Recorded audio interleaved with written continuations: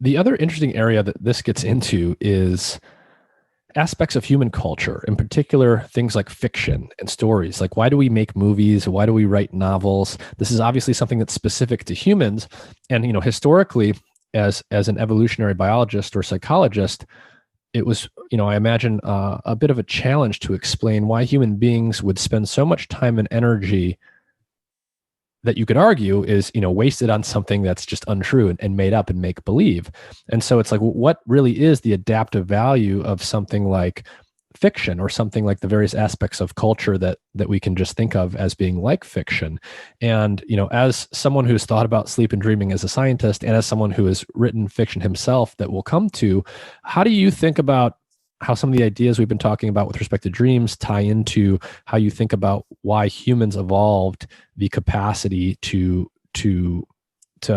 generate cultures in the way that we have them, where we're literally making up things that aren't true? What might those be doing for us? Yeah, so this is a great kind of summary. Like, this is something that I've written about. If people are kind of interested in a longer form discussion of this, there's an essay of mine called "Enter the Supersensorium," which is about the overfitted brain hypothesis and what it means for our consumption of fictions. My favorite thought experiment in regards to this is the notion of like realist aliens. So aliens come to Earth, and let's just say they're realists. And by realists, I mean that they just hate fictions. To them, fictions are lies. So if someone says to them, this person did X, Harry Potter killed Voldemort, right? They'd be like, you're lying to me right now. Please don't do that. That's unacceptable. We should just speak true things and facts about the world, right? And you could, it's actually a pretty imaginable culture that does this. They just don't have any movies or books or so on, right? And we're meanwhile like obsessed with all these stories, these crazy stories. And it is very strange, right? Because it seems like, well, we have immense selective pressure on us, both from evolution, but also just from the modern world. And for some reason, we spend a huge deal of our time just consuming fictional stories. And I certainly am someone who not only loves those. I write. I grew up in an independent bookstore. I grew up in my mother's bookstore. I sold books when I was a teenager there. And so my whole life has revolved around books and around stories and around fictions, which are, according to these realist aliens, lies, right? And so how might we explain to these realist aliens why we so enjoy loving fictions? And I think one answer that maybe the realist aliens would come up with, and I think maybe Steven Pinker would agree, is just that it's all just cheesecake, right? Like, why? It's like asking, why do humans love cheesecake? We love cheesecake because it's got a lot of fat in it. We've evolved to love fat. It's got all the fat. It's super normal stimuli. We love it. Similarly, you might say, well, fictions, they're just really interesting versions of life. We love that stuff, so we really dig into it. And this is kind of like the null hypothesis of it. But it kind of implies that when people are consuming a fiction, they're doing something kind of dumb, right? It's like they're spooning cultural junk food. Exactly. That's a great term. And but this, I think, gives an alternative view on it. And again, I'm not saying that this is the only justification for the production or consumption of fiction, right? So there might be all sorts of justifications, but like a very hard-nosed scientific biological one is very different from that. And in this case, it might just be that, listen, when you're an organism and you're learning, you're constantly becoming overfitted to your environment.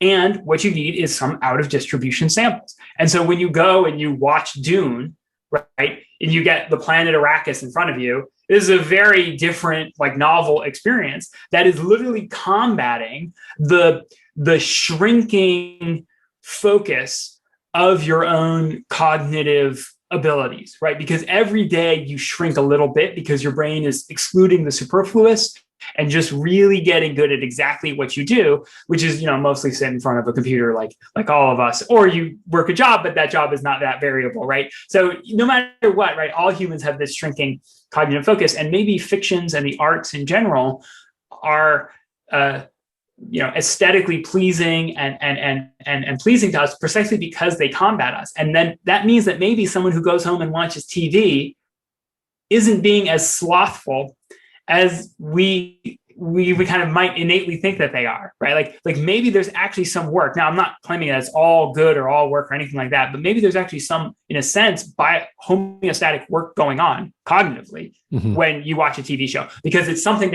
or read a book or consume a fiction, because it's so out of distribution that you just experiencing it is going to help prevent you from running into these cognitive deficits of not being able to generalize and so on. And so that's, I think, taking the overfitted brain hypothesis seriously and applying it to literature and fiction. Now, this is very speculative, but I think it's quite interesting. I think it's worth talking about. Yeah, and I mean, if we take, one of the things that I think is attractive about your hypothesis here about dreams is it's probably safe to assume, and there's, I guess, probably some evidence to suggest that, humans are probably dreaming more than most other animals. And so you might say, well, why is that? Well, in the context of everything you've talked about, overfitting and generalization and how that connects to the ability to learn across contexts, as I've discussed on this podcast with others before, the human niche is really niche switching. More so than I think any other species, humans are adapted to being able to literally move from one habitat to another and adapt to a brand new context. And to the extent then that an animal species has that sort of ability to switch niches, you would expect it to have more need for being concerned, for having its brain be concerned about overfitting and generalization.